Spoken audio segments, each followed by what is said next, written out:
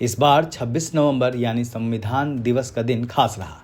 इस दिन पेरिस स्थित यूनेस्को के मुख्यालय में बाबा साहब डॉक्टर भीमराव अंबेडकर की प्रतिमा का अनावरण किया गया। यह पहली बार है जब किसी अंतर्राष्ट्रीय संस्था के मुख्यालय में भारत के संविधान निर्माता डॉक्टर अंबेडकर की प्रतिमा स्थापित की गई है। यह स्थापना डॉक्टर अंबेडकर के वैश्विक प्रभाव को दर्शाती है।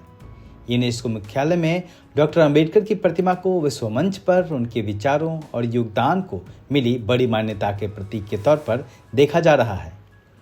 भारत द्वारा 1949 में भारतीय संविधान को अपनाए जाने की 75वीं वर्षगांठ के मौके पर यूनेस्को जैसे संस्थान में यह प्रतिमा स्थापित होना बताता है कि डॉक्टर अंबेडकर के द्वारा समानता, सामाजिक न्याय, मानव गरिमा की रक्षा, वंचित तबके और महिलाओं के लिए शिक्षा का अधिकार और लोकतांत्रिक सशक्तिकरण के विचार और इस दिशा में किए गए काम सिर्फ भारत तक सीमित नहीं हैं, बल्कि पूरी दुनिया और समाजों के लिए भी प्रेरणा बन चुके हैं।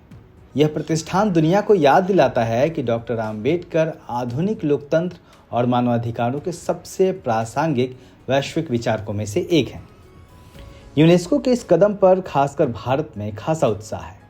तमाम अंबेडकरवादी और न्यायपसंद लोग यूनेस्को के इस कदम की सराहना कर रहे हैं। भारत के प्रधानमंत्री नरेंद्र मोदी ने भी इस पर खुशी जताते हुए सोशल मीडिया एक्स पर लिखा, यह हमारे लिए अत्यंत गर्व की बात है कि संविधान दिवस के अवसर पर पेरिस स्थित यूनेस्को मुख्यालय में डॉक्टर बाबा साहब आम्बेडकर की प्रतिमा का अनावरण किया गया। यह डॉक्टर आम्बेडकर और भारतीय संविधान के निर्माण में उनकी भूमिका को उपयुक्त श्रद्धांजलि है। उनके विचार और आदर्श आज भी हम सभी को शक्ति और आशा प्रदान करते हैं।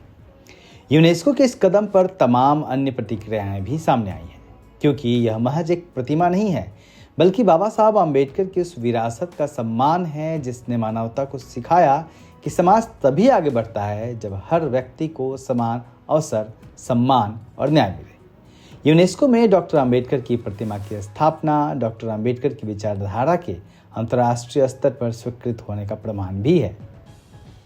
ब्यूरो रिपोर्ट, दैनिक दस्तक।